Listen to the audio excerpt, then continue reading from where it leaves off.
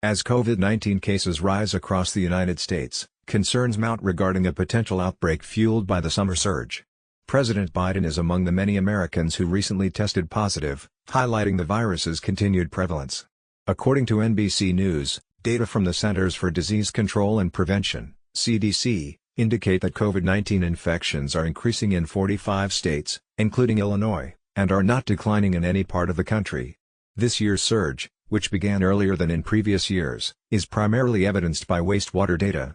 Despite the uptick, the number of cases remains lower than last year's fall peak or the small peak observed last summer in Chicago, as noted by Dr. Mary Hayden, Director of the Division of Infectious Diseases at Rush University System for Health. The rise in cases is attributed to a new series of COVID-19 strains, collectively known as the Flurd variants.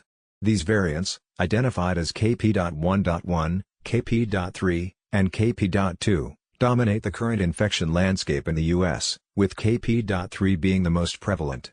According to the CDC, these variants account for more than 55% of COVID-19 cases nationwide, with KP.3 alone making up 24.5%. Emergency room visits for COVID-related issues have also increased by 18% from the previous week, underscoring the growing concern. Health experts continue to monitor these variants closely, although there is no evidence suggesting they cause more severe illness than previous strains. The Flurd variants are subvariants of JN.1, which was dominant in December 2023 and labeled a variant of concern.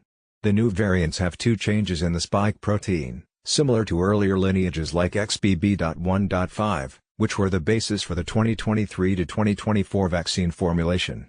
While these changes are concerning, health officials maintain that vaccines are still effective against these strains. However, lab studies suggest that previous vaccinations or immunity from prior infections may not provide complete protection against the Flurd variants. Dr. William Schaffner of Vanderbilt University Medical Center emphasized the high transmissibility of these new variants. Current symptoms of the Flurd variants appear to differ from earlier COVID-19 strains. Dr. Chantel Tin Fang from the Sing Stack Health Center at Provident Hospital of Cook County noted that patients report fewer cases of fever, body aches, and chills, and more instances of sore throat, fatigue, and coughing.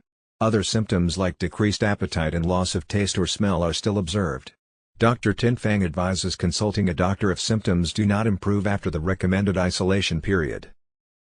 The CDC has updated its guidelines in response to the current situation. Individuals who contract COVID-19 no longer need to isolate for 5 days.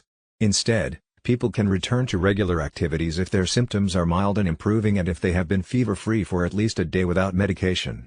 The CDC still recommends additional preventive measures, such as wearing a mask and maintaining distance from others, for 5 days after resuming activities.